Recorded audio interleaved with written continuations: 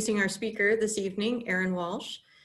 Erin is a parent, speaker, educator, and writer. She has worked with communities across the country who want to better understand child and adolescent development and cut through conflicting information about kids and technology. She is fiercely committed to bringing an equity lens and asset-based approach to our understanding of and response to youth and media. Erin has enjoyed bringing science and tips to families and educators alongside her father, Dr. David Walsh, for nearly 20 years. They started together at the National Institute on Media and the Family, the National Institute on Media and the Family, and then more recently founded Mind Positive Parenting before creating Spark and Stich Institute in 2019. I'm happy to hand it off to Erin. I have attended a few of her webinars now, parenting webinars, and I know we are all going to learn quite a good amount from you this evening, Erin. So we're thankful you're here. I will also say, Erin, this talk this evening was based on feedback we received from parents at previous Zephyr Wellness events. And so after this talk this evening, you will receive, all the attendees will receive a feedback form. And one of the questions is, what's next? What would you like to learn next? And that is how I found Erin this evening. And we will continue to build our program through your feedback. So with that, Erin, I will hand it off to you. Well, thank you so much. Thank you for the warm welcome, and thank you for all of you. I know that if there's one thing we all have in common right now, it is that we are juggling a lot of different things. And so the fact that you've carved out a little bit of time to talk about motivation means a lot to me, and I'm looking forward to spending the evening with you to talk a bit about the science and the strategies. So I'm going to go ahead and share my slides, and we'll get set there and make sure that you can see. Great. Okay, so I will make sure I can see the chat. So just a little orientation to tonight. Clearly, if we think about the science of motivation and all that comes with parenting in a pandemic, we could spend days together sort of taking a deep dive.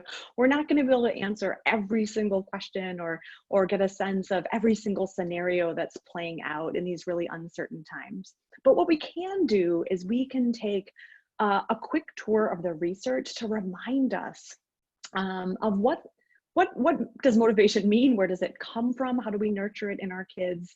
And we can start thinking about what are those key ingredients that though we can't control everything right now, we can do our best to invest in those ingredients. So I'm really grateful to be here. I will be asking you to use the chat throughout. And so if you're close, however you're engaging with this session, if you're close to a keyboard or you can use your thumbs, I would love to hear from you as well. And then feel free to also ask questions, and we'll be able to visit those a little bit throughout and then try to save a little bit of time at the end as well.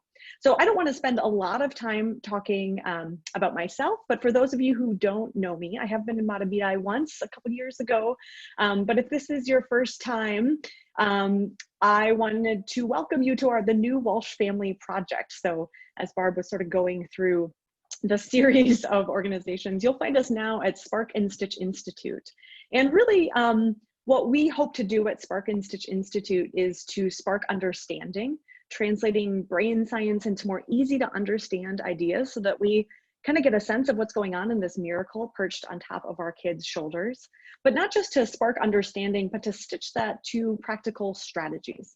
Just like all of you who have logged in here tonight, I know that we are all wearing multiple hats. And so yes, I am wearing the sort of research translator hat. I spend a lot of my time looking at the research in child and adolescent development around technology and around social emotional development. So I'm wearing that hat, rest assured.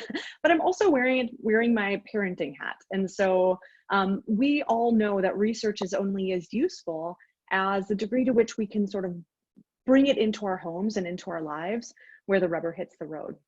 And so that's where I kind of want to start us, is just this affirmation, this reminder, this collective recognition that we are doing an extraordinary thing right now. We're doing an extraordinary set of activities. And each one of us is moving through hybrid learning, moving through the pandemic, moving through the multiple crises that may be unfolding sort of in our nation, in our communities, in really different ways. We have different kids, we have different work, we have different commitments, we have different vulnerabilities and opportunities. But no matter what, we are all juggling, and we're doing a lot of new things in new structures with new limitations. And so it's helpful for us to start with this reminder, just to acknowledge that as we talk about the science of motivation, my intention is not that, through 1 hour webinar, we're all going to be able to achieve maximum productivity and be able to, do anything we set our minds to. I think it's important for us to remember that we're living through something that is quite unprecedented. And that is going to require us to shift our goals sometimes, shift our understanding of what success really looks like, and to think about what are the ingredients that we know we need to sort of nurture in ourselves and in our kids, not just for productivity, but for mental health and well-being. Because, if we had gathered here on Zoom maybe last spring, we would be talking about this in the context of sort of acute crisis, right? This kind of emergency mode where there was a lot of unknowns. Everything felt like it was happening very quickly in real time. And the reality is that whether or not we're used to it and whether or not we've achieved a new normal, we have moved into sort of a marathon instead of a sprint. And that means that for some of us and for some of our kids, our response to the conditions that we're living in may have shifted as well. And so this isn't true for everyone, depending upon your stress response. Sometimes we did with sort of an acute change, acute emergency, right? A call to sort of collective action around something threatening our collective well-being, right? We are able to greet that with a lot of energy. We're sort of geared up and ready for the race. Now, there may have been moments of panic and restlessness, but in general, our bodies do actually prepare us pretty well to deal with acute crisis. As we shift into marathon mode, for some of you, you might be thinking, well, this is not a race that I trained for. It's not a race I signed up for. It's not a race that I had the appropriate gear for. And so that energy that we have, the motivation that we might have, that our kids might have to sort of go through, whether it's the daily routine or whether it's tackling new challenges, for some of us, sort of emotionally and in terms of our motivation, we feel a little bit more like this. Like the finish line was 3 months ago, or we wish it was, and we feel sort of depleted. So this might be a teenager who's saying, I'm going to sleep, wake me up in 2022. Or it might be reflective of our own sort of exhaustion of trying to do this sort of juggling. And so this may describe how you or your kids are feeling as we sort of transition into marathon mode. This picture might also describe sometimes how your kids are feeling when we think about motivation. Just like put a little burlap sack over me and, wake me up when it's over. And so clearly you are in good hands in Mahtomedi Public Schools, and you have a lot, and your kids have a lot of exceptional learning opportunities at their fingertips and exceptional support. But it is different, and learning in a hybrid environment, learning while there's sort of ongoing strain, can make it difficult for us to find motivation where we used to have it. And so why don't you go ahead and use the chat if you can, and just let me know, we're not going to hold you accountable to this statement, but just let me know if either of kind of the last two images resonate with how you or your kids have been feeling at some point in the last couple of weeks, whether it is sort of, we already hit the finish line and where are we now, or whether it's just, cover me in a burlap sack and I'll see you in a little bit. And so let me know in the chat if either of these resonate with you, and I'll keep going, and I'll keep an eye on the chat as we go. So, so I've seen some of them coming in. Most definitely last spring we felt that way. Burlap sack, both. So there's a lot of the resonating with the burlap sack. So if you ever need to sort of giggle a little bit, maybe maybe come back to this one. So I asked that sort of facetiously to sort of get us connecting a little bit, but also I think it's important for us to normalize this feeling as well, that, you know, as you look to the chat feature just in this webinar, you know, you're not alone. If some days you or your kids have felt sort of exhausted, difficult to get up energy for things you used to enjoy, or you had a day feeling like the burlap sack. And sometimes some of you are saying, you know, my kids seem to be doing okay, but this might describe me. Whereas some of you might think I'm feeling okay, but this really describes my team, for example. And so as we turn to what do we do with that? What do we do with the understanding that we are sort of living through a unique crisis? And how can we better understand how to sort of get out from that burlap sack for our mental health and well-being? And so I want to ground as we dive into the science of motivation first, and then the strategies. Let's just remember the current goal, right? The current goal is to do the very best that we can to stay healthy, to stay connected, and to continue learning during this time. Not just because academic achievement is important, which it is, but learning is actually very soothing to us human beings, right? It's part of how we stay engaged, and it's how we can sort of keep our brains, some of those motivation circuits are actually ignited by new learning and by seeking out new information. And so that's the goal. Now, how we do that with our kids, there's a few things we're tempted to do as we think about how do we get motivated to do what's in front of us. And these don't always work very well. Some of our sort of go-to parenting strategies sometimes can backfire. So the first go-to, these are sort of from my own greatest hits toolkit that doesn't work, is to just sort of, you know, do our very best to order, to command, right? Like, let's just get motivated and do this. That doesn't tend to be super effective.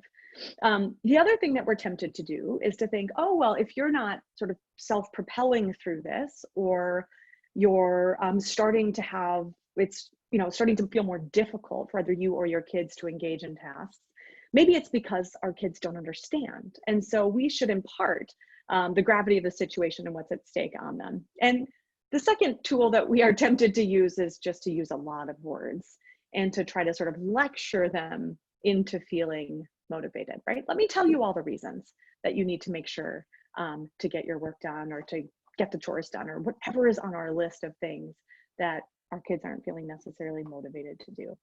So yelling and commanding doesn't tend to work very well. Not surprisingly, lecturing doesn't tend to work very well. You know, a common tool in the toolkit is just, all right, well, let's just go to straight up bribery. I'll give you whatever you want. I'll buy you a pony. Just like log in and do this so that I can work, or we can do the juggling that we're meant to do, right? So these three strategies are tempting. We've all used them to various degrees, but they don't necessarily work very well over the long haul. And they don't necessarily work very well in terms of cultivating sort of longer term intrinsic motivation in kids. And so, you know, you could just sort of sit with those three and take a little mental note. And my guess is that each of us has sort of a go-to. We have our ideal parenting strategies that we use when we're feeling well rested and regulated. And then we have our exhausted, we just need to make this happen. And that's when we tend to lean on one of the big three, lecturing, commanding, or bribery. So our goal here tonight is to think, what else could we add to our toolkit to replace these tools that don't tend to work very well? And to do that, we do have to revisit the science of motivation just a little bit. We don't need to take a deep dive, but I think it is useful for us to remember sort of what are the brain pathways that we can try to ignite, that we can try to invite into the work of hybrid learning, into the existence of living through a pandemic, that will serve us and serve our kids. So first, just what I hope is an affirming reminder is that I was working with a family last week who said, you know, I feel like all of a sudden, I used to have this kid who was a real self-starter, and all of a sudden they don't really have any interest in anything. And I'm worried that they're basically like turning into a kid who doesn't have any motivation. And so this is just a hopefully an affirming reminder that though motivation is, as we'll talk about tonight, kind of unreliable in human beings, the networks that sort of help guide and orchestrate our motivation is not something that we either get or lose in a couple of months.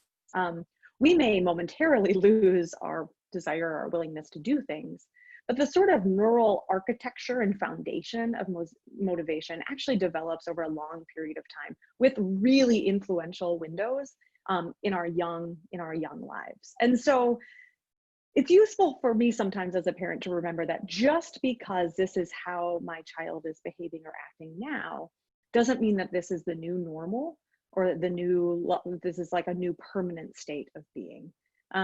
So what does that mean when we talk about motivation networks? What am I talking about? Well, there's two main motivation circuits. One of them gets a lot of airtime when we talk about motivation. The other one, not so much, and that's why we have to talk about it a little bit tonight. The first one is the one that we think of most when we think about this idea of sparking motivation in kids or getting motivated ourselves. And that is when we think about it from the brain's perspective, it's the approach motivation system. So it's a part of our brain, the circuitry and the chemical interactions that basically invite us into the world, invite us to tackle our goals and to move towards them. And our brain rewards us and is actually built to propel us into the world and to have that kind of motivation.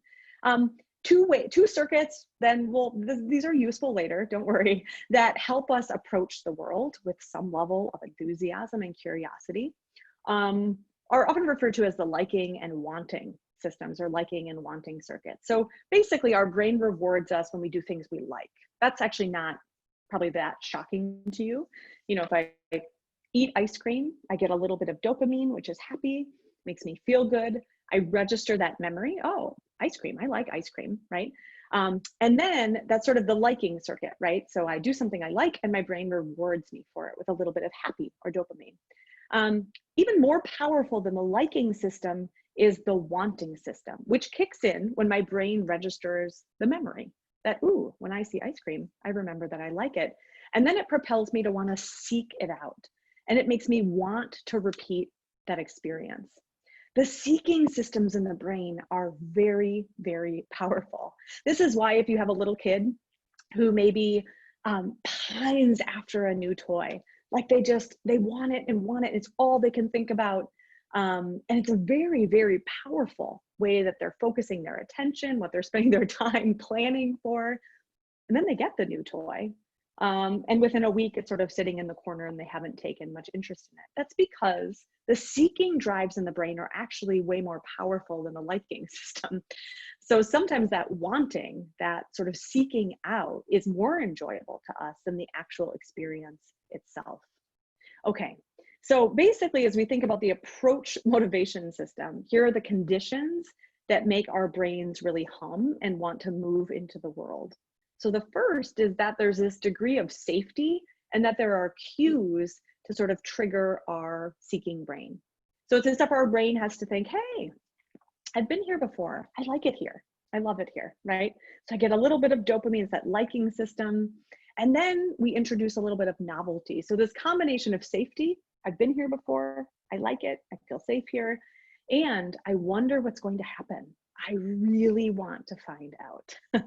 This safety and novelty combination is what we basically refer to as intrinsic motivation, where I'm out in the world exploring, expanding, driven to continue to create these experiences and follow up on them. And so you can probably think about times where you or your kids, right, have sort of engaged in this kind of exploration of the world that has felt really good.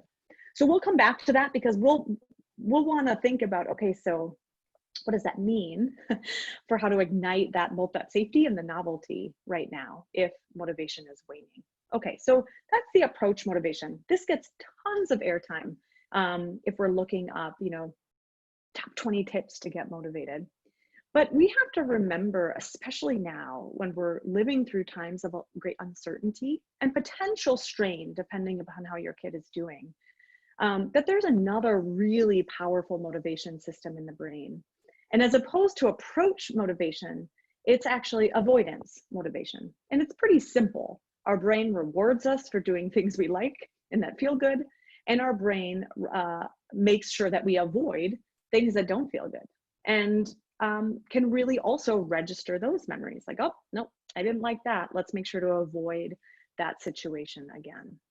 And so without even knowing it, of course, our brain, because this sort of avoidance motivation system is well wired in our brain, we're kind of always looking out for things that might be stressful, that might be uncertain, that might pose some kind of a threat. And when we experience threat or we perceive threat, right, alarm bells go off, our amygdala, the sort of alarm center of the brain, cues our stress response system, and without even knowing it, right, orchestrates a complex set of chemical reactions that are designed to keep us safe, to get away from threats, to avoid things that we don't like, and to make sure that we feel safe and secure. So all of that is very, very useful. It has kept us alive for a long time. One of the challenges when it comes to new learning is that this sort of survival system or avoidance motivation system is really, really good at keeping us alive. Does a great job at that, but it's not always very good at keeping us learning and keeping us engaged and sort of moving towards our goals. Because as we experience stress or threat in our environment, our brains actually shut down from the top down. What I mean from the top down is from our cortex, right? Part of our brain where we do our abstract thinking and planning and managing impulses. We often refer to this as the orchestra conductor in our brain, right? Where we set goals and problem solve how we might meet them, where we manage our stress, right? That part of our brain actually gets hijacked by our stress and by our feelings when we feel under stress or threat. And so this is tricky because if we are experiencing a lot of uncertainty, our brain is sensing a lot of potential stressors or threats, the very part of our brain that helps us set goals, meet goals, focus, filter out distractions, and make decisions to get towards our goals as we sort of feed our seeking brain, that part of our brain sometimes feels more fuzzy, more difficult to access, and can get kind of hijacked by the part of our brain that's there to keep us alive. So this is important for us to understand, not only because there's a lot of stress and threat in our environment, but because right now we're actually all of us, whether you have a 5-year-old, an 18-year-old, or yourself, are living, stress or not, in a very, what we call a high demand executive function environment, meaning that this part of your brain is very busy right now. Because things are new, your children are having to prioritize and reprioritize tasks. They're having to manage competing impulses, right? They're trying to handle big feelings. As you consider all of the things that your child's cortex is being asked to do right now, even stress aside, it's a very exhausting time for this part of our brain. And so for some of us and some of our kids, the combination of both stress and avoidance motivation, right? So I'm going away from things that feel stressful. My thinking brain is being hijacked by my feelings brain. The combination of that and that very part of their brain that's under stress is getting a lot of work, it's getting a lot of big workout, means that some kids and some adults might feel right now like they're sort of running on empty. And so I'd love for you to just here in the chat, if you could just let me know if you have observed in yourself or observed in your kids any combination of this sort of avoidance motivation network being ignited. So either that you've observed that some of those cortex-based activities have been more difficult. So you can even list some of the things you might be seeing, sort of fuzzy thinking, difficulty with impulse control, bigger feelings, more difficulty managing stress and anxiety, that would be a sign, right, as we think about what the impact is on the cortex, that it's under strain, right? So if you're seeing a lot of explosive feelings, if you're seeing sort of going from I got this to I'm totally overwhelmed by this task. And so I'm seeing some of them come in, and feel free to use the chat feature and let me know if you're seeing some of that stress response or avoidance motivation. Yeah, my kids' avoidance when it's time to clean up, totally. Bigger feelings, trying to manage anxiety. Yep. So we're seeing a lot of, yes, seeing a lot of avoidance motivation. Yeah. So this is helpful for us to remember. We don't tend to think of this as motivation. We tend to think of this as something different, maybe talking about stress. But it's important for us to remember, because actually the motivation systems are working very well right now. They're just not begging our kids to jump into the world. Lots of our kids have hopped up, some of our kids have hopped up stress response systems that are actually doing a great job trying to keep them away from risk, keep them away from things. And so that's not bad.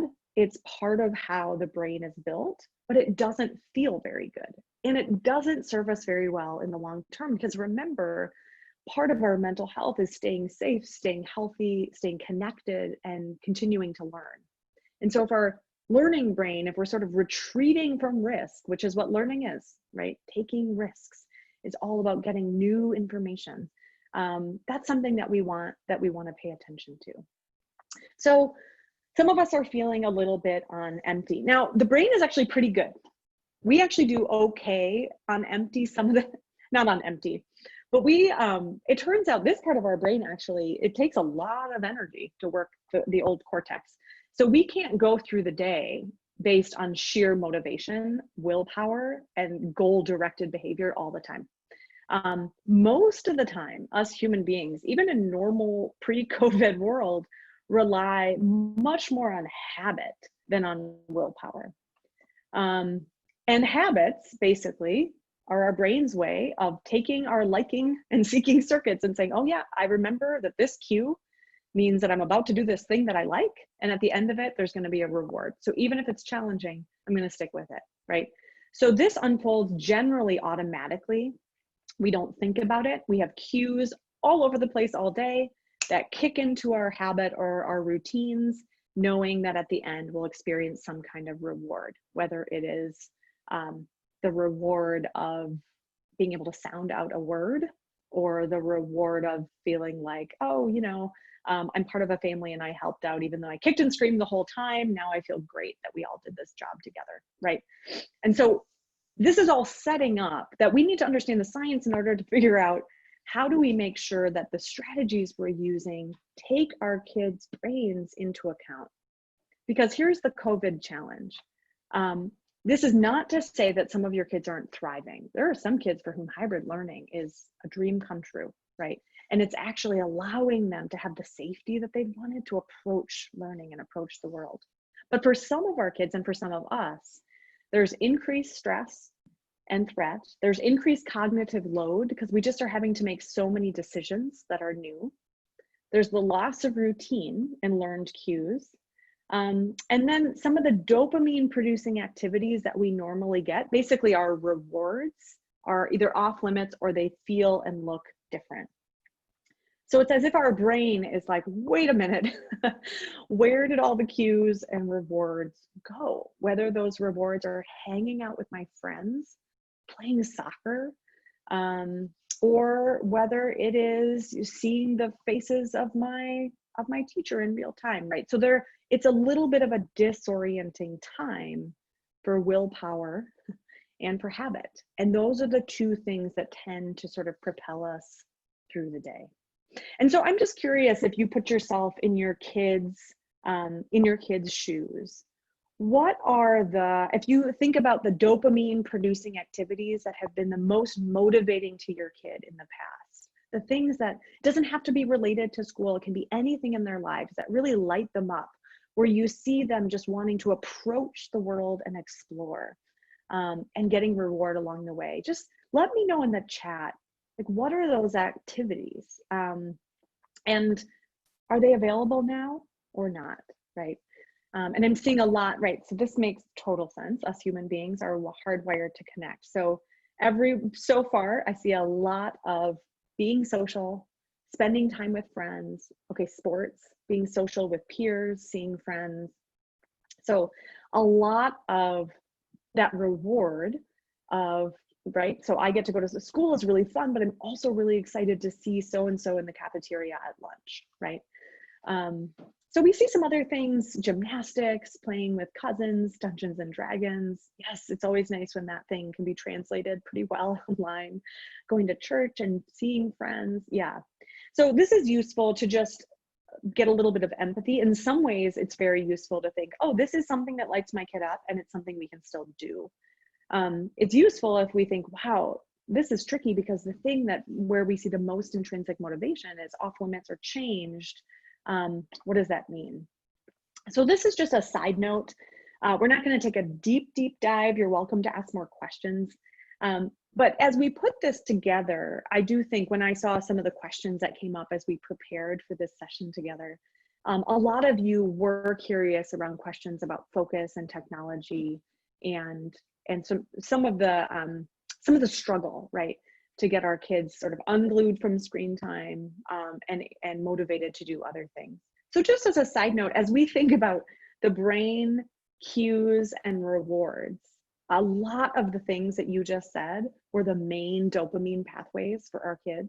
Some of them look a little different right now. So socializing, sports, those are two that came up, I think, in many of the things that you shared. So there is a set of cues and rewards that has sustained remarkable consistency from pre-COVID world to now. And that is technology. So the sort of cues that we are about to get information, and then the rewards that come from either connecting with friends or seeking out new information. So this is not a bad thing.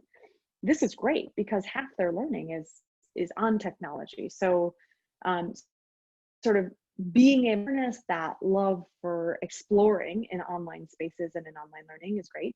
But it's also not a huge surprise when I talk to parents who say, well, all of a sudden my kid used to love to do this, and this, and now all they want to do is play video games. Well, from the perspective of the brain, that makes a little bit of sense because video games are still a place where the cues and rewards and connections have been remarkably consistent from pre-COVID to now. But those other dopaminergic pathways, right? Those other sort of liking and seeking and reward circuits, some of them have been really disrupted, really changed, or there's an element of stress that's been sort of injected into them. And so that's not to say that we just want to put our kids in the basement and let them game until, next year. But it is helpful for us to remember that doesn't mean that all of a sudden they're apathetic and don't care about anything in the world. In many ways, it makes a lot of sense. And so we'll talk a little bit in the strategies about, so what do we do? How do we know when that's helping and when it might be getting in the way?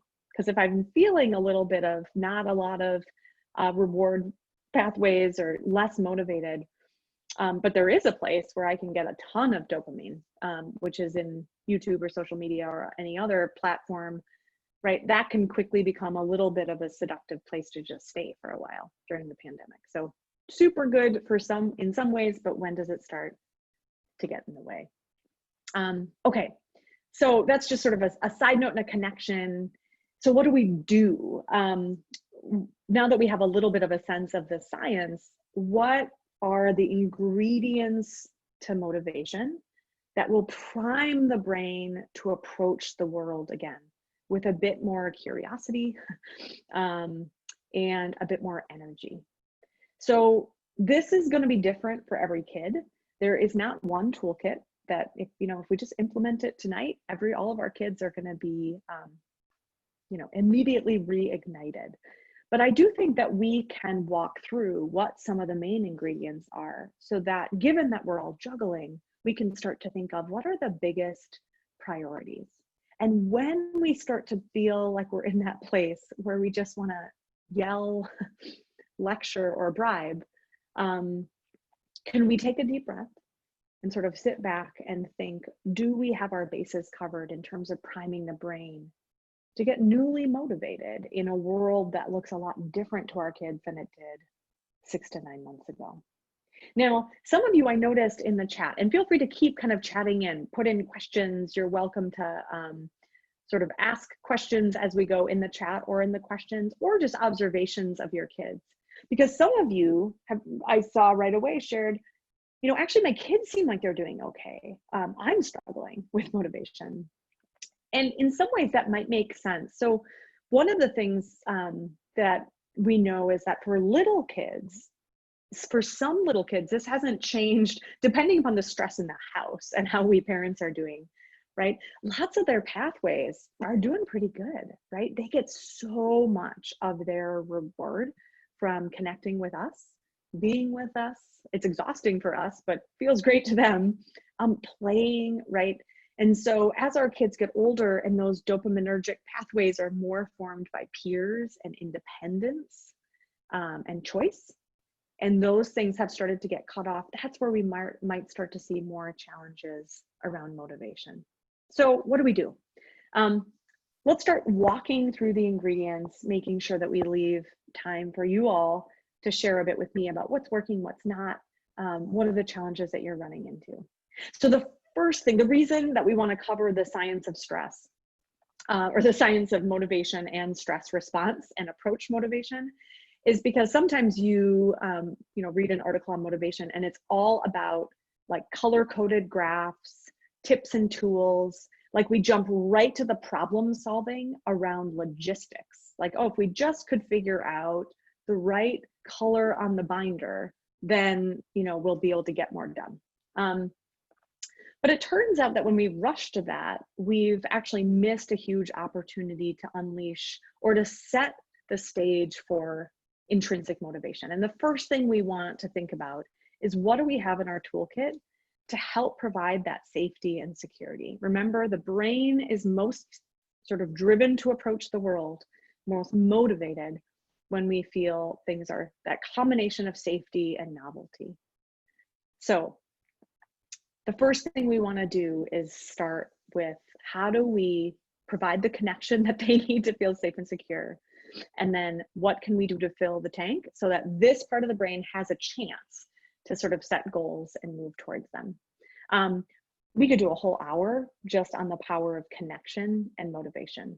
There is, and part of that is because of stress, a huge part of that. There is no more effective neurological intervention to stress than a safe relationship. So the relationship between educators and students, the relationship between students and students, and the relationship between parents and kids is one of the biggest wicks of motivation. And that's for a couple of reasons. One is that it helps young people feel safe and secure. So the primary way that our kids get back to calm is in relationship with us or in relationship with a caring adult.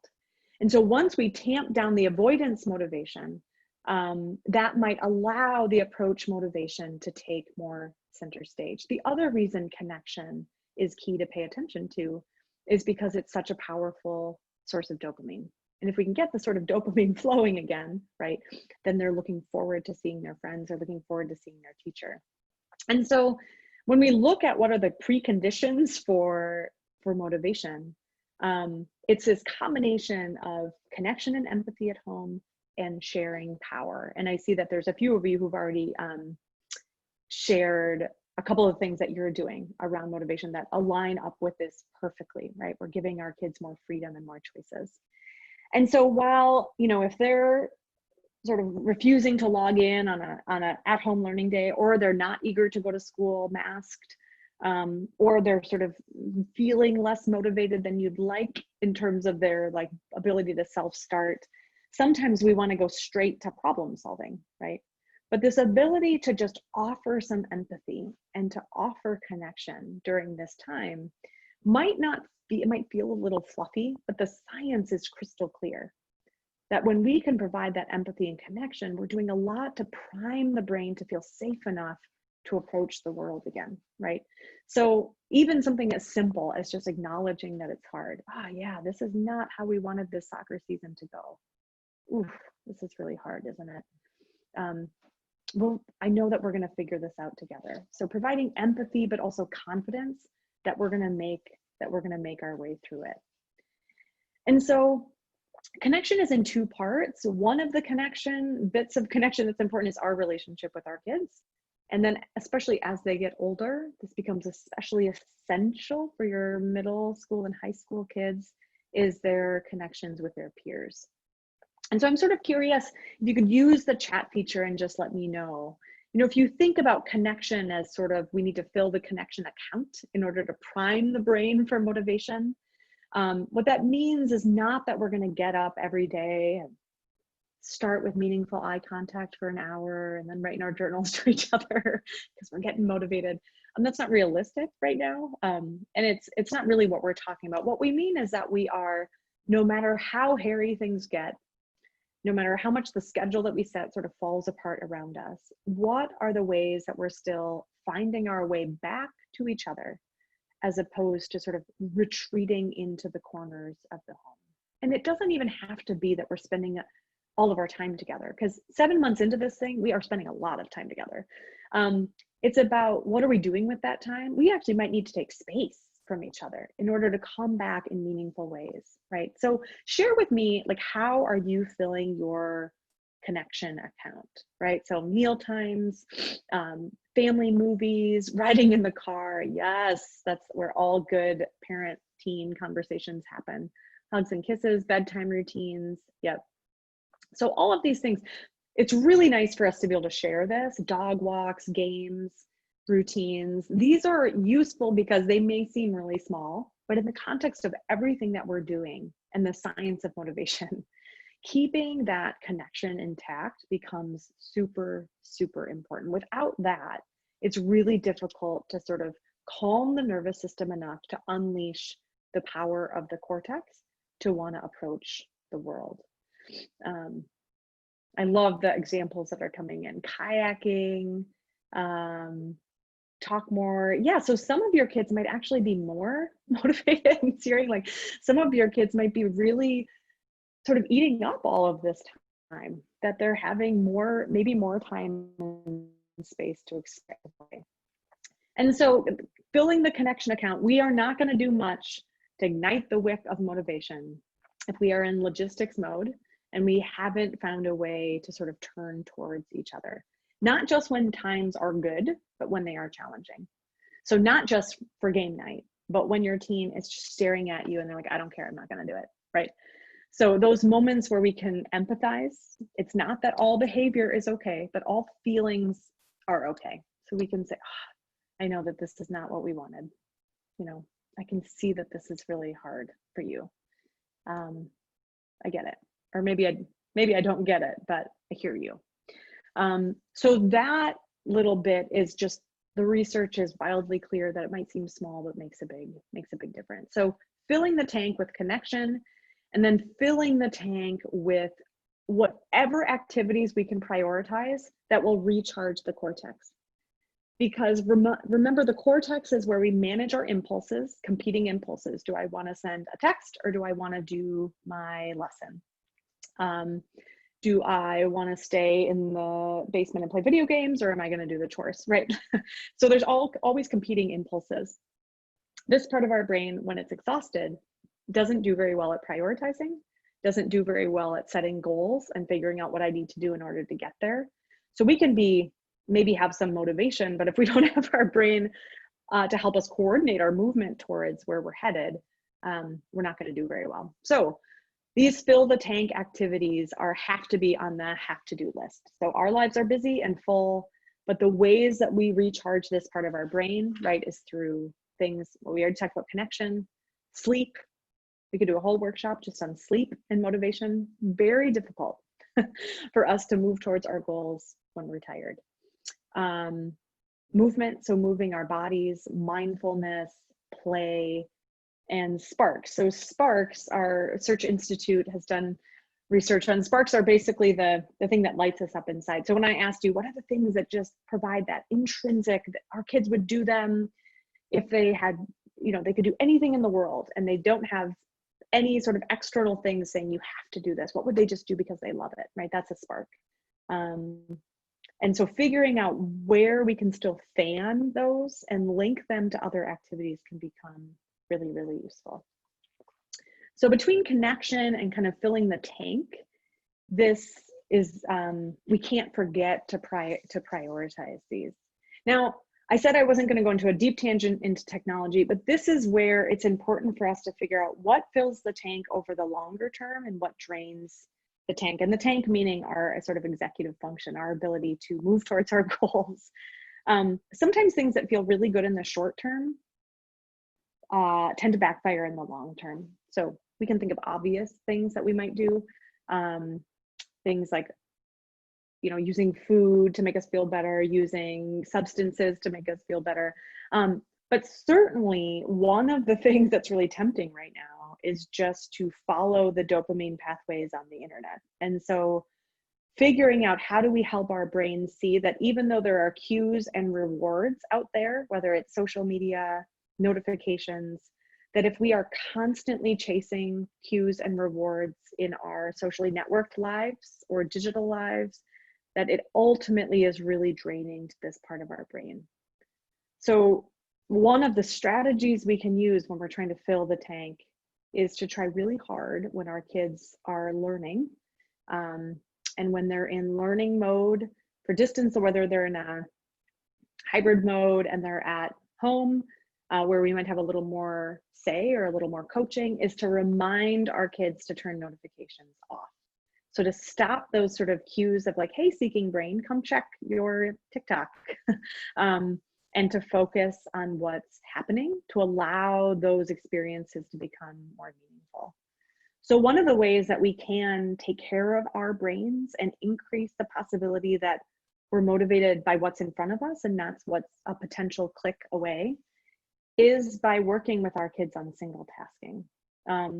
And so just let me know in the chat box if your kids are having, if it's challenging for them to focus, especially in the online learning days, if you have seen a lot of multitasking or a lot of sort of what we call butterfly learning, right? Where they're sort of click, click, click, click, click, clicking through various platforms. And so I'm seeing a lot of yeses. Yep, yep, yep. So this is related to motivation because it's part of filling our tank, right? We know that those are motivated pathways. Like the seeking brain loves Google. Oh my goodness. Like I know exactly what this click feels like. I'm seeking out new information. I get a little bit of dopamine, especially if that's a social bit, right? And so that pathway is very well worn for us and for our kids and very tempting because it's really available. So it's not that it's bad, but it is really exhausting for our brains if that's the pathway that we're just practicing over and over and over again. So I'm seeing that this does resonate. So if we can, and I know that this is different, you have to work with your kid's teacher and every district is different. We can focus our attention for about 15 to 20 minutes at a time. And that's for a teenager, right? Much less time for a little kid. That doesn't mean that the class needs to only be 15 minutes long, but that ability to sort of focus on one assignment, focus on one thing, focus in one context is limited. No matter how engaging the educator is, we tend to be exhausted after that amount of time. So that means that sort of digital distractions are often away for that amount of time, and then we can use that kind of brain break, whether it's getting up and moving, changing the format of what we're doing. It doesn't have to be that we completely shut down our computers and leave, depending on the age of your kids, but that's about the amount of time that we could expect them to be motivated to pay attention. And so that's also about how long we should expect them to not look at distractions. 15 to 20 minutes if they're doing their homework, devices off and away so that their seeking brain is not being pinged by that cue. Yeah, so how long is a brain break? That's a great question, Lisa. obviously, in order to get through a learning day, we can't take 45-minute brain breaks and, back to a 5-minute session. I do think generally our brain really does well if we can take even, if we're doing 15 minutes and then a couple minutes even of moving around. So the question is, what are we doing during a brain break? I watch my kids, and my oldest will be like, I'm taking a brain break, but he's just clicking through something that's not the assignment. It's not very it's not restorative to his brain, right? So actually getting up, moving, spinning around, walking through the house, like looking at something far away, going outside and looking at a tree for a couple minutes, right? These are all things that really help our brain reset. So a couple minutes is enough to kind of rejuice and recharge and come back to what we were doing. But then we're going to need those times for, that recess, that chunk of time where we actually, it's not just a brain break, it's actually time for restoration. And restoration, rest and repair is a little bit different than just a brain break, right? So we need those times where we have running, moving, playing. That recess is easy to get squeezed out at home if our kids' work is sort of expanding into it. But if we miss that half hour of running outside, it's likely going to have diminishing rewards in the afternoon. So great question. So we're not going to take a deep dive tonight. But if you are, I can send this link out to everybody who registered if that's possible. But there are a lot of tools, and you can work with, the schools if it's a school device to figure out, not only are we going to sort of put phones off and away, but what are ways that we can help kids stay focused. So connection, fill the tank, attend to the cues of media, which are there and powerful. Once we have connection down, the other best thing that we can do is to sort of give our kids as much choice as possible within structure. So remember that combination of safety and novelty. If we can give them novelty, that would be very, very useful. So what does that mean? That means that, of course, this is not a time for anything goes. Oh, just do it whenever you want, and you're just renting the place, so no big deal, no responsibilities. That is not comforting to the brain. We'll talk about this next time, but the brain does like boundaries and limits. But within those boundaries, the more choice and agency kids have, the more likely they are to ignite their seeking brain. So a couple of examples. Any control that we can give them over what their space looks like, right? That even if it's just a little corner, that they have the ability to sort of, what do I want where? The path towards the goal. So, we have to do chores this weekend, but you get to decide when we do them. Or, you have to get you have three assignments due. Which one are you going to tackle first? Right. So as opposed to, the more that we get overwhelmed by our kids' lack of motivation, we tend to take over. And as we take over, we tend to squash the seeking brain, because all of a sudden, what's the point? There's not a lot of novelty. Somebody's going to do it for me. So the more that this isn't just, I know that it's just so hard right now, because it's hard if they're truly not interested. But the more that we can try to ignite that by saying, hey, yeah, you're not going to love everything that you're doing. I hope that you enjoy some of it. We're going to figure this out together. It looks like you have 4 things to do. So what's your plan for getting it done? Feels really different than us standing over them saying, if you don't do this, then here's what's going to happen, right? So little ways, this might feel very small, but language is something we actually do have control over. We cannot solve all the world's problems right now. We can't reopen every single school and get our kids back to maybe with some of the things that we know that they love that aren't safe right now. But we can change, we do have control over our language. So it might feel small, but it builds up because we're with them all the time and we're always interacting. So the more that we can give them some choices, right? As opposed to framing everything in terms of, I need you to do this, I expect you to do this, you have this much to do. Trying to give them some sense of ownership. Your next challenge up is this. Here are 3 things. Keep these 3 things in mind as you move through your plan, right? So obviously the older they are, the more choice and agency they're going to desire. but just listen to yourself, and maybe ask your, if you have a parenting partner in the house, to ask them to listen to your language as well. Because I like to think that I do this, but then when I'm stressed, these things don't happen. And so to sort of think about, okay, how much choice am I actually giving them? So I have a couple of other sort of little tips, especially around habits, but I'm curious, as we think about this sharing power and giving choice, feel free to use the chat to either give examples or to ask questions around things that have worked or not worked. The question around brain breaks was really useful. So I just want to make sure that we only have about 20 minutes left, and we have some more tools I can share, but I want to make sure that you're also getting your questions answered. So feel free to use that chat feature, and let me know if there are specific things that you're thinking about around this combination of sort of, here are the boundaries, but we're going to find really creative ways to give you choice, so that we can introduce that idea of novelty. Sort of, I wonder what's going to happen here. So I'll keep going, but this is a warm invitation to use the chat. All right. So, oh, and I just got a question. Would love the link to the tips for focus. Yes, we will send those. I think that there's a way that we can at least get them out to, I'll get them to the organizers, and feel free to share those, because there's lots of good tech tips as well as just space tips around focus. Yeah, will you speak at all about passive technology versus active technology? Yeah, so active technology is another way of thinking about this combination of shared power. So how I like to think about it when we're thinking about the brain, let's go back. So the brain and technology. So there's only so much time that we can absorb information when we are passive consumers, right? So we're not horrible at that, but there is a limit to that. And the younger we are, the more difficult it is. So active technology is a way to give us choice, agency, right? When we do something, something happens. And so that's another way we can think about this both online and offline, right? So offline, the examples might be, we have to get chores done, but when do you want to do them?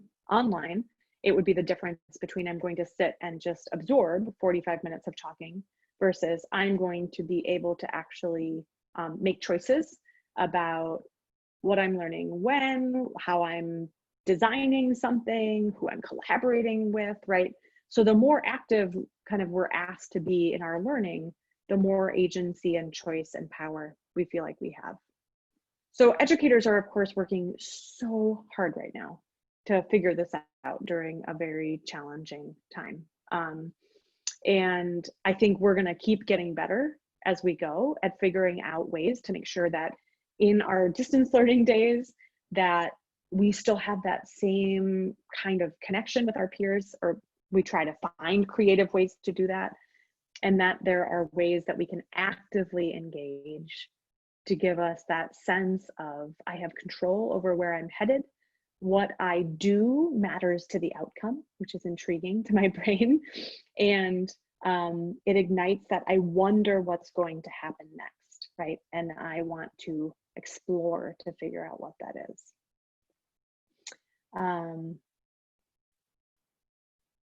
All right, so let me give a couple of where I think this might be useful for some of the questions that are coming in. I hope that was helpful, Sybil, in terms of passive versus active. This isn't to say that we don't learn from, I mean, good storytelling goes a long way. There are ways to absorb information that are really compelling, but when that is, we need to look for that sort of balance. And you can see it. We'll just kind of start to disengage. This is also around level of difficulty. If something's too easy, our brain stops caring. If something is too hard, our brain stops caring. So that sort of sweet spot of difficulty is where active learning, right? So we're actually having to sort of continue to push ourselves into that sweet spot of difficulty. So here's one more thing that I think is useful, because we've talked a lot about motivation, and I said from the beginning that motivation is a little unreliable, and it really is. Even in the best of times, relying entirely on motivation is fickle. And so, yes, we want to be doing active learning, giving freedom and choices, filling up the tank with movement and sleep, right? Finding ways to sort of prime the brain with dopamine. Where there is joy, fan it, find a spark and fan it however we can.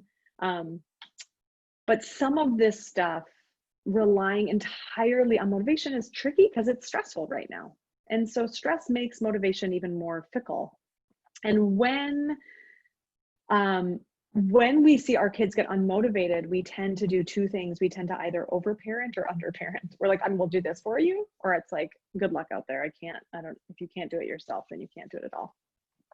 And something that can be very useful is that if there is a goal that your kid is struggling to meet, and you are brand new to this distance learning thing, as opposed to every day saying, well, today, and then you set as a family like 15 lofty goals. We're going to start a mindfulness practice. We're going to get all of our assignments in on time. I'm going to start training for that marathon, and we're going to make sure that we have, blah, blah, blah, blah, blah in place. And then what happens is this inevitably falls apart because we're all doing the very best we can in challenging circumstances. And then we feel bad that we didn't meet any of our goals. And it's really tough on our motivation because we didn't get that dopamine reward, right? So a successful habit is when we get a cue, we do the routine, and then we're like, ooh, I get to enjoy it, right? So my alarm rings, I put on my running shoes, and then I get the dopamine from running, right? So here's one thing that you can try, especially actually with any age kids. We've been doing this in our house and it's been really useful, is Dr. Christine Carter suggests that if we really feel like we're low on motivation, and you know that there's a habit that will help jumpstart your seeking brain. So whether it's filling the tank habits, like running or like moving your body, sleeping, or whether it's self-start habits, like I'm going to take more charge over my learning day. So I'm gonna, rather than relying on my parents to do it, I'm going to remember the password and set the alarm for my next Google Meet or whatever platform you're on. So what we can do, as opposed to having a bunch of goals for our kids, is for everybody in the family to just identify one thing that they know would help them be the best version of themselves for the week, and then choose what Dr. Christine Carter calls a better than nothing habit, which means it's like a little bite-sized version of the habit that will be very easy for you to do, and then celebrate that little reward. So a classic example would be, as opposed to the goal being that I'm going to run 10 miles, my better than nothing habit is to, right when my alarm rings, that's my cue, and then I'm going to just put on my running shoes. That's the goal. I may never run for the first week, but that's my better than nothing habit. So the better than nothing habit might be, after I put my breakfast dishes away, I'm going to make sure I have all my meets, and I'm going to set an alarm for every meeting that I have at school so I'm not late, right? But the goal isn't that I'm going to get every single assignment in on time and I'm going to feel 100% while I do it. I'm just going to set the alarms so that I don't miss it, right? So this is a way to prime your brain to rely on habits when a lot of those cues have been obliterated by the pandemic. So it's difficult because so many of the structures and routines that guided our kids' behaviors are now up to us. And so we either overparent by doing it for them, or we get overwhelmed and we kind of walk away. So giving them control over these better than nothing habits. So at the end of the day, we can say, whew, today was kind of a mess, but at least I was on time for every single class. Or today was kind of a mess, but at least I put on my running shoes. And then what happens is we have to celebrate. You have to give yourself the dopamine reward. It doesn't have to be a big plate of ice cream, but it should just be, you just literally say, we celebrate, like, woohoo, we did it. And you can kind of joke about it at the dinner table. And then you try to build on those, right? So the goal is not that we're lowering the bar so much that our kids are tripping over them. We want them to, most likely your kids are doing great in school, they're achieving, but there are things that are difficult. There are things that are sticking points right now where we have power struggles over them. We have goals that we aren't meeting. And so this is where this idea of sort of creating a better than nothing habit can be can be really useful. And as we're trying to meet those, the research is really clear that one of the other places where we as parents can have a huge impact is just by communicating our belief to our kids that they can get better at this as they go. One of the biggest sort of extinguishers of motivation is feeling like the system is sort of fixed and unchangeable, that no matter what I do, this is just the way it's going to feel. And so our ability to actually communicate that, hey, I really see that you're working hard. So this is a great time to focus more on process than on product. We'll get to the product. It's not to say that the product is irrelevant and that you know, if your kids are working hard, but they do horribly on everything, that we're not just, oh, you're amazing because you worked hard. But this early on in the school year, during a very interesting time, it's a great time to notice the process. Wow, I really saw that you managed all of your kind of main assignments all on your own today. That is so, I hope you feel proud of yourself, right? I noticed that when you were struggling, you went to your teacher's office hours to ask for some clarification. I loved seeing that you took care of that yourself, right? So that we're not as much focused, and in this moment, we're trying to find ways to reward the brain for the struggle, for like making it through this. And our ability to say, again, this is hard, but we're gonna get better at this as we go. The more that we practice doing this thing, the better we're gonna get at it, and the more we're gonna learn about what we need. So, oh, I've learned that I really need to move my body. And now I know that, and so I have to figure out a way to get it done. So communicating that kind of process and growth mindset, again, these are the fuzzy things that actually have quite a bit of data that tell us that when we acknowledge the difficulty but express confidence that as we do it, we will gain skills to get better at it, and to be willing to celebrate the mini victories along the way, are really, really useful at a time where approach motivation might be strong, or avoidance motivation might be stronger than approach motivation. So I'm going to look at a couple of questions now that we've kind of fleshed out that toolkit. Rely on habits. Don't make your brain work so hard. Try to establish some new routines. Try some better than nothing habits this week if there's just something that you know will kickstart a dopamine producing activity for your kids or for you. This is a great question. Yeah, so any advice for getting started on new routines? So I think that these habits, focusing on the actual process, not just the goal. So it's really common for us to say, well, my new goal is less screen time. And then it's such a big goal that the actual routine is really like, what does that actually mean? So it's much more helpful to be really specific about that cue, routine, and reward, right? So the cue is that, you know, for this block of time after breakfast, we're all going, and this is, you know, if kids don't need one-on-one help, but we're all gonna go and we're gonna have our independent work time. When we get through that and we've navigated challenges on our own, then we're gonna celebrate by coming back together and pick a fun activity, or the kids get to choose something different that they do. So this is an example. The when then reward is useful as sort of an extrinsic helper for new routines. So it's different than saying, if you do your homework, I'll buy you a pony, right? But if we say, when we all get our work done, then we're going to celebrate by going to grandma and grandpa's backyard, or then we're going to celebrate by, you know, we're having movie night and you get to choose the movie. So there are ways to sort of let ourselves experience the reward. This is a good time to cultivate joy. We really, really need it. Our brains need the dopamine. But setting up those routines where there is some kind of a reward, but where it's the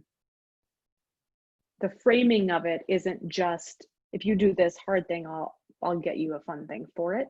but that we start routines that eventually start to become self-fulfilling. Like it just feels good for all of us to get our work in or our work done. So new routines can be very helpful when we're very clear about what is the actual habit that we want to create, not just lofty goals. Giving our kids some sort of choice when they have it in helping us with the routine. So naming what are your non-negotiables. We have to move our bodies. We have to get enough sleep. And we have to, name some of the things that have to be in the day.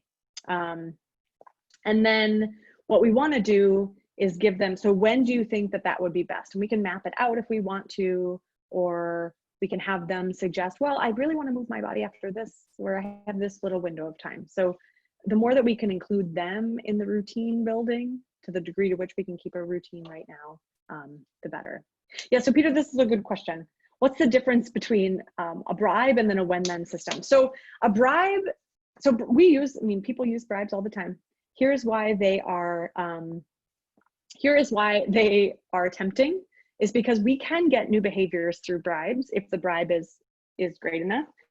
But the problem with bribes is that if that's the only reason to do the activity, right? So if the only reason I'm doing this is to get a piece of candy,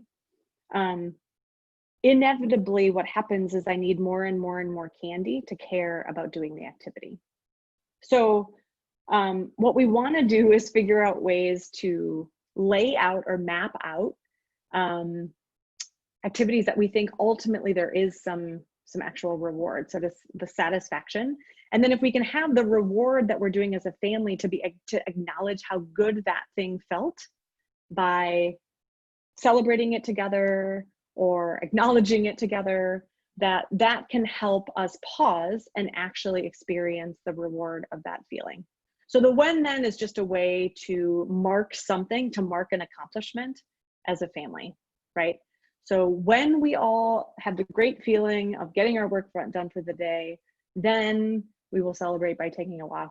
And on the walk, we'll say, name one thing you're most proud of today or something like that. So what we want to do is we want to use the when then. The then is a collective mark and a breath to say, we did it. And that's okay.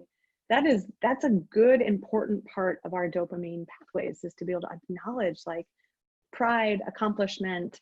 Even if we didn't like it, but we did a hard thing and we got it done. And so think about it as a way, are there ways to celebrate our accomplishments and acknowledge our accomplishments together versus more of a transactional, you do this, I get you this. So it's a little bit, you have to kind of feel these things out. Once you notice that your kid is just doing it for the reward, generally it will backfire. We can amplify the dopamine with some celebrations, as long as what we're doing is we're sort of greasing the wheels for a pathway that already feels like it's ultimately going to be rewarding on its own, and then we can back off so that we're not celebrating that same thing every single week. We're just getting it going until it's self-perpetuating. So it's 1 minute left. I think I've answered all the questions. Are there any rewards that are unhelpful? I mean, I think it's all about, in my opinion, it's all about balance. And so, yeah, we don't want every single when then or family sort of like, woohoo, to be that we're going to be eating ice cream, because there's a lot of ice cream. Does that mean that we can never have it be family ice cream Sunday night at the end of this? We all did this new and really wild thing. We're all, we've never done hybrid learning before. When we're done with this week, we're going to just like celebrate as a family that we made it. And we're going to have ice cream Sunday. So that's great. If that's the only way that we're getting through things, we want to look for patterns. So the brain actually doesn't need, sometimes we overthink how much the brain needs. Sometimes just a little, like, we're going to put on a song and we're going to dance crazy around the house. That might be for little kids. Your teens would probably roll their eyes and shut the door. But thinking about what are the other experiences that can be small. We do not need to create a party for every single thing we're doing. It can just be that little bit of time where we say, whew, we did something, and we're going to acknowledge it by creating a little bit of a reward in ourselves, right? Does that make sense? So I think for me, it's all about patterns, looking for patterns and making sure that the reward experience, which could just be putting our hands in the air, is proportional to the actual thing we did, right? So we're not escalating celebrations as we're trying to get back on track. All right, y'all, it's 8:15. It is time for us to wrap up. The most important thing that I think, just as we conclude, is that it's not always going to feel like I was born for this, I'm doing this strategy, and immediately my child is self-propelled with intrinsic motivation. That this is a tricky time, and it's going to be a lot of experimenting. The more that we can stay connected, give choices, fuel ourselves up for the long road ahead, and to communicate our belief that we're going to get better at this as we go, and that we're going to do it together, that goes a long way to priming the brain to be open for the new dopaminergic pathways that are inevitably going to emerge as we find our way towards each other and towards learning. So I hope that this was useful.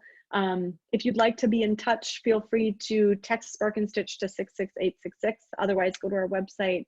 And most importantly, I'm really looking forward to our next session where we get to follow up and talk a little bit more about boundaries. But I appreciate your time, your attention, and we're in this together. So thanks for showing up tonight.